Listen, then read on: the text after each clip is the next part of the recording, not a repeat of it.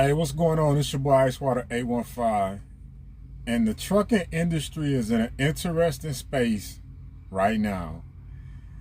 And I think that it's important for us to understand how we got to where we are today.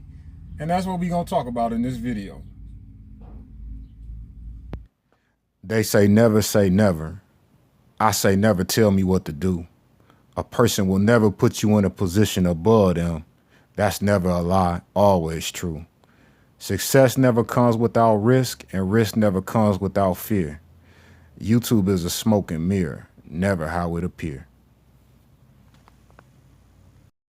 All right, so every industry, well, I shouldn't say every industry, I said that's wrong.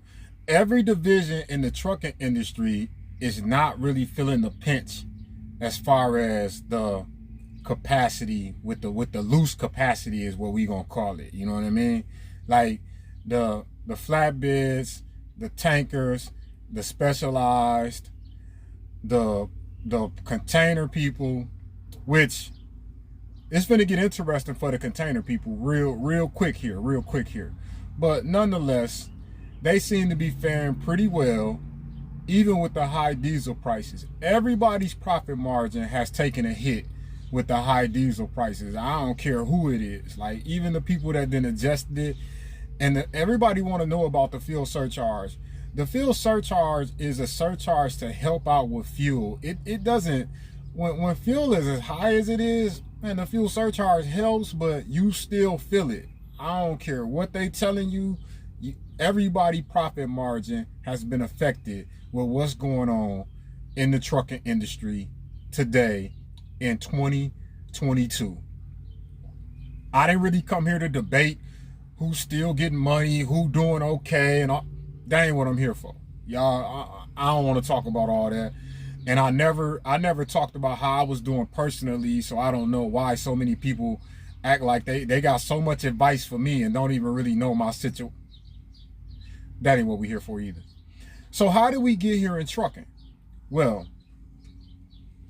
I believe that we first got here because there's no controls, there's no checks on the CDL schools who are turning out these CDL drivers who pretty much are pushing people through to get their license. And when I say like pushing them through, like it's some people that they know shouldn't be behind the wheel of a truck, and they still push them through. Nobody's really checking the performance level of the students who are graduating from these schools.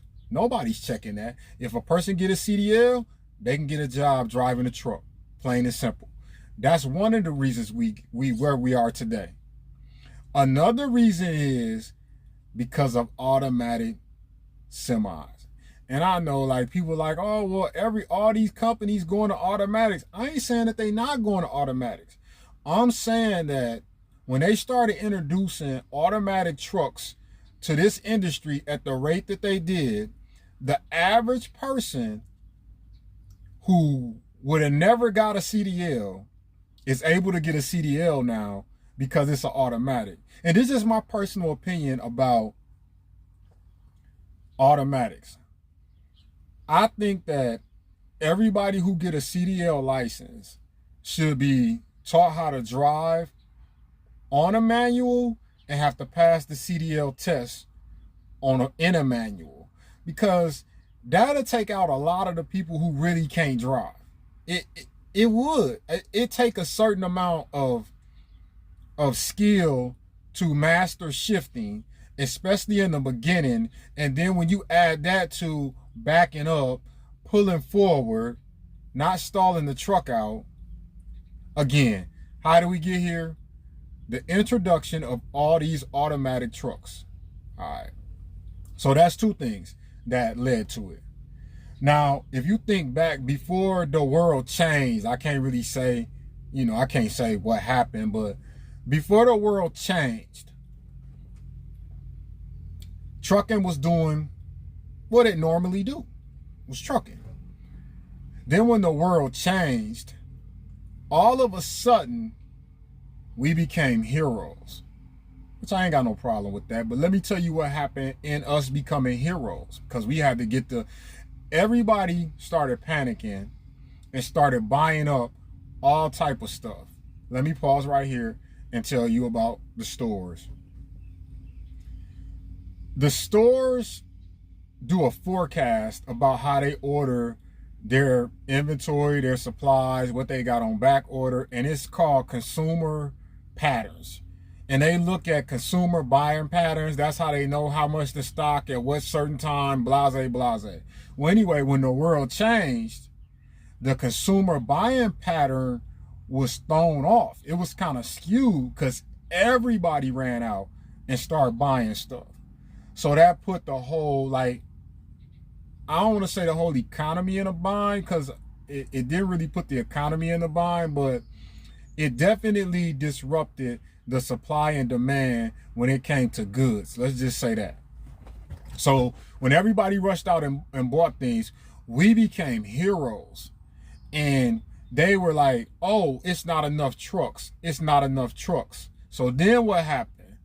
People who could afford to went out and bought more equipment to meet the demand. And so when they went out and did that, well, naturally, they got to get drivers to fill the equipment. Makes sense, right? So that's when you hear truck shortage. No, I shouldn't say truck shortage. I'm sorry. That's when you hear, oh, it's a shortage of drivers. It's a shortage of drivers. You never heard it was a shortage of owner-operators. You heard it was a shortage of drivers, meaning, you know, going to companies and stuff like that, because the companies bought the equipment, they need people to drive. So as the world was going through what it was going through, trucking did pretty well because we were behind in moving the goods. Everything was cool. As the world started to correct itself, things started to sort of taper off a little bit, but you still had some backups that was at the port, but not like you had initially, because they started rerouting stuff and things like that. And then you had certain countries who, at the end of it, when things started getting back to normal, they decided that they didn't like each other in X, Y, and Z. And then you had another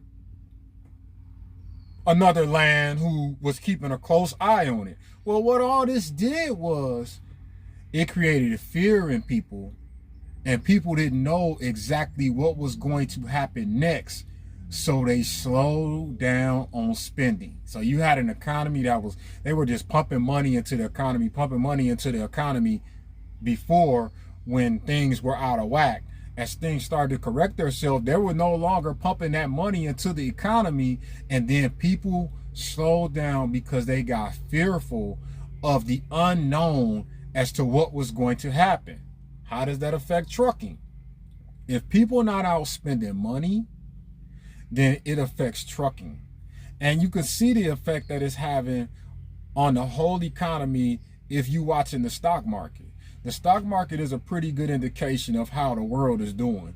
And the world is not doing as well as it should be doing. I'll just say that. I don't want no problems with my channel or anything like that. A lot of people are afraid about what's going to happen in the world. So now you got all these companies who got all this equipment. You got all these people who use PPP money, and they went out and got equipment. They went out and started trucking companies. Ain't nothing wrong. I'm not saying anything is wrong with anything that has happened in the industry. I'm only trying to shed some light on the industry so people understand how we got where we are today. And basically, that's an oversaturation of equipment. And with the oversaturation of equipment, we are now in a broker's market.